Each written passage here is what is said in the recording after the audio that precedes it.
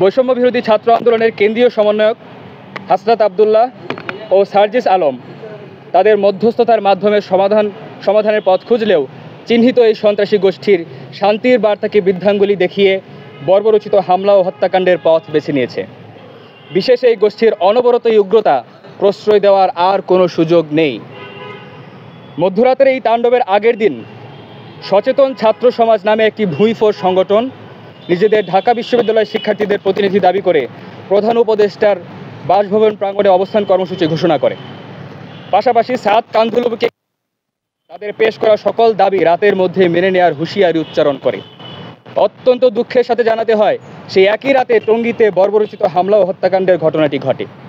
আমরা আশঙ্কা করছি এই হামলার পেছনে এই সংগঠনটির সরাসরি সম্পৃক্ততা রয়েছে।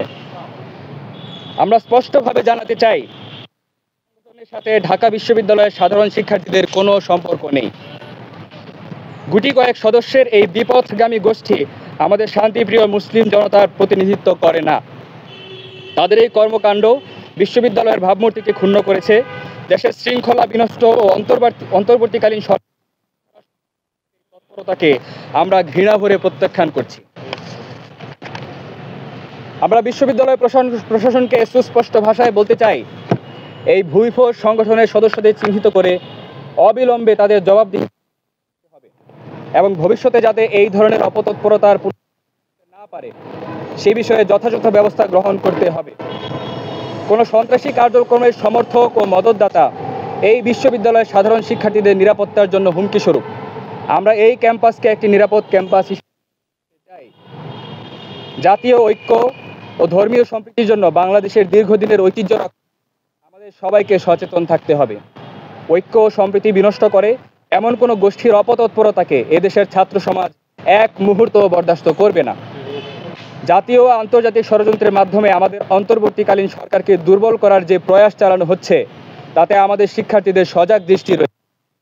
আমরা এ সকল ষড়যন্ত্রকে কোনোভাবেই সফল হতে দেব না। সেই লক্ষ্যে আমরা নিম্নোক্ত দাবিসমূহ পেশ করছি। ১.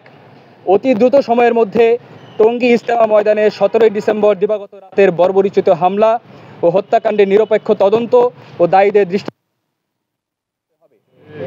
২. ইতোমধ্যে যে সকল চিহ্নিত সন্ত্রাসীদের বিরুদ্ধে মামলা দায়ের করা হয়েছে এ সকল এজাহারভুক্ত আসামিদের আগামী 7 কর্মদিবসের মধ্যে গ্রেফতার নিশ্চিত করতে হবে। ৩. তৎকালীন প্রশাসনের মদতপুষ্ট এই সাতপন্থীদের 2018 সালে টঙ্গী ইজতেমা ময়দানে হামলা ও হত্যাকাণ্ডের সুষ্ঠু তদন্ত ও দায়ীদের শাস্তি নিশ্চিত করতে হবে। ৪. ঢাকা বিশ্ববিদ্যালয়ের শিক্ষার্থী পরিচয়ে তৎক্ষণাৎ ঘটিত ভূঁইফোর সংগঠন সচেতন ছাত্র সমাজের সদস্যদের অবিলম্বে জবাবদিহিতার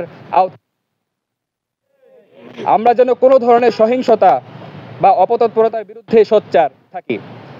ধর্মীয় ও সামাজিক স্থিতিশীলতা নষ্ট করার এই ধরনের অপতৎপরতা আমাদের ধর্মীয় শিক্ষা ও মূল্যবোধের পরিপন্থী। আমরা আশা করি সরকার ও সংশ্লিষ্ট কর্তৃপক্ষ এই ব্যাপারে দ্রুত পদক্ষেপ গ্রহণ করবে এবং দায়ীদের অতি দ্রুত সময়ের মধ্যে আইনের আওতায় নিয়ে আসবে।